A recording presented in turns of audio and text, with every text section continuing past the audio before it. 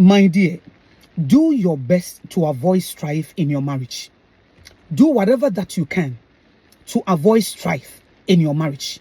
Because remember that your way is not the only way. Your way is not the only way. You are not the repository of wisdom. Your perspective is not the best of them all. How you do your thing, the way you act is not the best of them all. That is pride. Get understanding. You know, when you read Proverbs chapter 4, verse 7, it says, get wisdom, and in all thy getting, get understanding. Get understanding. This is how I do my things, and I want it that way. I wanted him to do it that way. Please, humble yourself. You know, when you enter into the institution of marriage, the first thing that you have to do is to be open-minded and say, I am ready to hear. I am ready to learn. I am ready to discover my spouse. I am ready to learn about his mindset, her mindset, the way he or she acts, the way he or she respond or react to situations. I'm here to learn. So you don't enter by insisting on your own way. So number one, if you want to avoid strife, remember that your way is not the only way and that you are there to learn. You are there to discover your spouse's perspective about things, his arrangement of stuff. You may prefer to wash the utensils in the morning. I may prefer to wash the utensils in the evening. You are ready to discover. You are ready to learn. So don't insist on your own way. When you read 1 Corinthians chapter 13, verse 4, when it is teaching you the attribute of love, it says love does not insist on its own way. When you read the Amplified Version. So the reason why you have this banter is because of pride. Because you think that you are the best. Because you think that your way of doing things, okay, is the best. And that your husband or your wife must align to yours. As I said, that is pride. Humble yourself. I'm here to discover you. I'm here to know your way of thinking. I'm here to know how, I'm here to discover. I'm here to learn how you act, how you arrange your stuff. I'm here to learn how you arrange your bedroom. Okay, I want to see if it aligns with mine. If it is not, I'm ready to learn so that I can adapt. I'm ready to learn how you eat, how you dress. Discovery process. Go through the discovery process and stop insisting on your own way or thinking that your perspective is the best. So if your spouse does not agree with you, if your spouse does not do things the way you want him or her to do, then you get angry and then you are upset.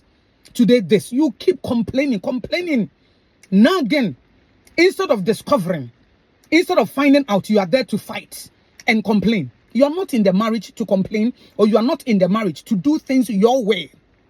If you wanted to do things your way, then there was no need for you to get into marriage, because another person is also coming into your life with his or her own perspective about things. He does things or she does things differently, act differently, respond differently.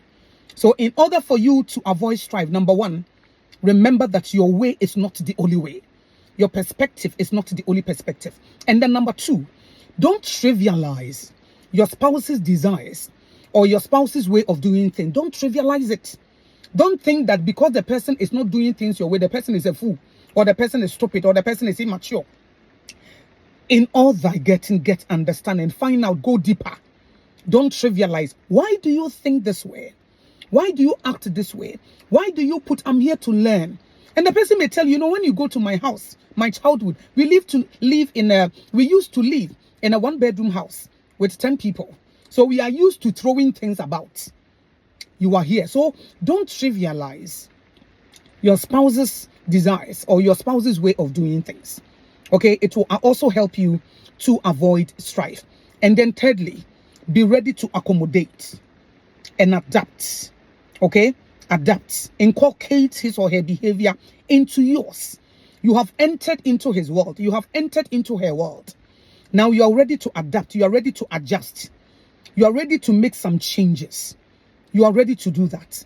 And then the next point, don't try to change your spouse to be like you. Because I have given birth to twins. They behave differently. Don't try to change your husband.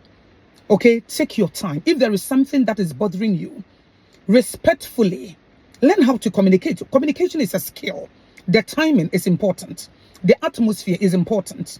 Okay, so learn how to communicate. You know your spouse, discover him or her so that you can learn how to communicate.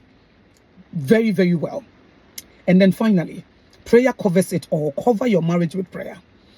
When you read James 1:5, God said, if anybody lacks wisdom, let him come to me. I will give the person the wisdom that he or she needs. Go to God for wisdom. You are discovering things that you never expected was there. God's wisdom can help you to navigate, okay? And it will help you to avoid strife in your marriage. Humble yourself. Be ready to discover. Be ready to learn. And be ready to be of help and to accommodate things so that your marriage will move from glory to glory. Because remember, you are not repository of wisdom. Don't be narrow-minded. Be broad-minded. Don't insist on your own way.